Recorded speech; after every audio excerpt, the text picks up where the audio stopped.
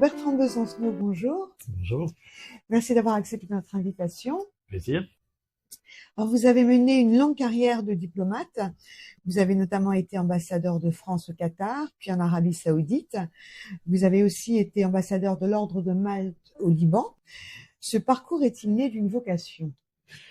Écoutez, mes parents ont toujours vécu à l'étranger, ce qui m'a donné un peu le goût de la vie à l'extérieur. Et ils ont notamment vécu 10 ans au Liban, et c'est là où j'ai vraiment pris le goût de l'Orient, ce qui m'a amené effectivement à vouloir présenter le concours d'Orient, qui est spécialisé sur le monde arabe, et c'est comme ça que j'ai intégré le ministère. Alors pour la petite histoire, j'ai un frère jumeau qui était diplomate comme moi, et nous nous sommes toujours posé la question pourquoi est-ce que nous avions choisi cette carrière aussi jeune.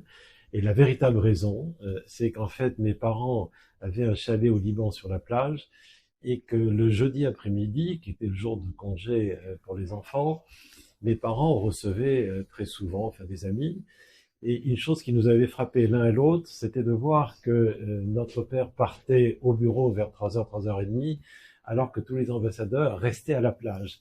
Et donc nous nous sommes dit, ça doit être le bon métier. Ça doit être le bon métier. Alors, il m'est arrivé ensuite, quelques années après, lorsque je me retrouvais des nuits entières dans des couloirs sombres ou des salles sombres de l'ONU, à discuter sur des textes qui parfois étaient un peu discutables, de me dire est-ce que j'ai vraiment fait le bon choix, mais je n'ai rien regretté. De toute votre carrière diplomatique, quelle a été pour vous la période la plus marquante? Alors, j'ai fait une carrière pour moitié dans le domaine politico-militaire et pour moitié au Moyen-Orient et notamment dans les pays du Golfe, mais aussi au Liban où j'ai vécu enfant. Et donc, j'ai un goût particulier pour le Moyen-Orient, je ne le cache pas. Et donc, effectivement, j'aurais passé en tout quand même 7 ans au Qatar et 9 ans en Arabie Saoudite. Donc, ce sont certainement les années qui m'ont le plus marqué.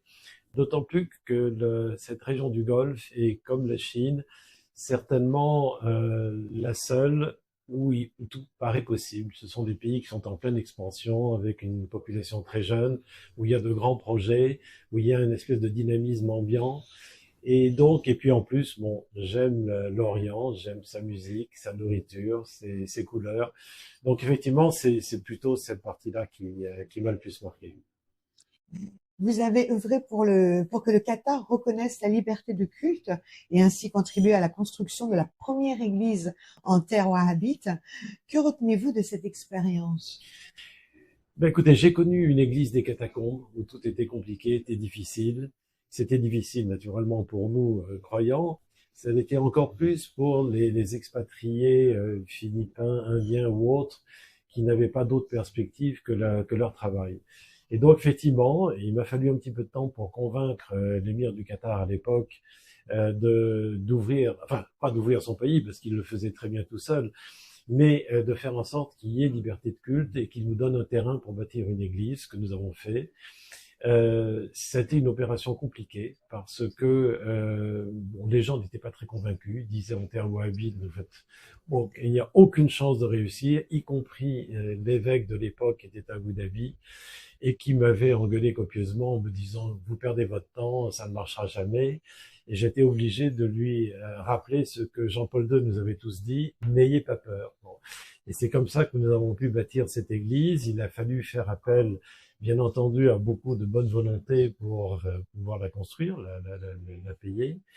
Et puis, j'ai eu aussi des réactions à la fois au sein de la communauté française au Qatar, qui trouvaient que c'était pas tout à fait normal que ce soit l'ambassadeur de France qui s'occupe de ça.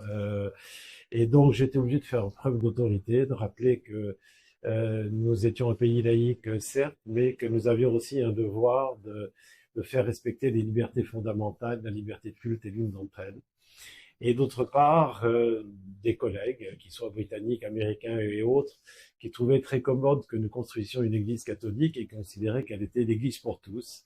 Et donc, il a fallu expliquer à l'émir que, bien entendu, tout le monde pouvait venir prier dans notre église, c'est évident, mais que chacun pouvait bâtir la sienne et les vaches seraient bien gardées. Et à l'inverse, avez-vous des regrets? Oui, j'ai un regret, ancien élève des Jésuites, je voulais terminer ma carrière au Saint-Siège. Et à 2 reprises, on m'avait proposé d'être nommé ambassadeur au Saint-Siège. La première fois, c'était en 2011, c'était 4 ans après ma nomination en Arabie Saoudite. Et oui, même le ministre de l'époque, M. Juppé, m'avait prévenu que je passais en Conseil des ministres le mercredi d'après. Et on m'a prévenu juste après que le président Sarkozy, à l'époque, lui avait dit « Écoutez, Besancenot, non, parce que le roi d'Arabie a demandé à ce qu'il reste. Et d'autre part, il nous rapporte des contrats, donc il restera. » Et la deuxième fois, ça a été avec le nouveau roi, le roi Salman, lors d'une visite de Monsieur Hollande, où effectivement on m'avait promis là aussi de partir. Donc j'avais commencé à préparer mes affaires 3 mois après. Et le roi Salman a dit au président Hollande, écoutez, votre ambassadeur nous a préparé un plan d'action bilatéral très ambitieux, nous allons signer. C'est donc lui qui naturellement le mettra en œuvre. Et le président Hollande se tourne vers moi et me dit, monsieur l'ambassadeur, je pense que vous êtes d'accord. Qu'est-ce que vous voulez que je réponde au roi et au président de la République? Et c'est comme ça que j'ai dû renoncer une deuxième fois au poste du Saint-Siège. Bon, je ne regrette rien parce que finalement, ce que j'ai pu faire en Arabie était passionnant aussi. Mais ça restera quand même un petit regret, puisque vous me posez la question. Je ne cache pas que j'aurais aimé être au Saint-Siège. Voilà. Quel rôle peut encore jouer la France aujourd'hui sur la scène diplomatique et sur quel front en particulier? Ben, la France reste un pays important en Europe, à l'évidence. Elle l'est comme membre permanent du Conseil de sécurité. Elle l'est encore au Moyen-Orient et en Afrique du Nord, parce que ce sont nos premiers voisins, et d'une façon générale en Afrique, même si au cours de la dernière période, nous avons perdu beaucoup de notre influence dans cette région.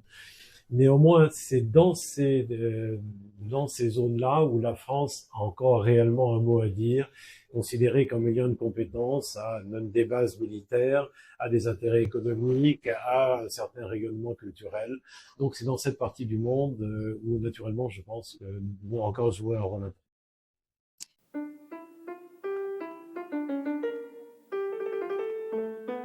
Votre occupation préférée? Lire des livres d'histoire. Le don de la nature que vous voudriez avoir? Bon, si, bon, j'aimerais peut-être être plus sportif. Votre remède contre la tristesse? Oh, ben le bon vin et la musique. Merci beaucoup Bertrand Besancenot. Merci à vous.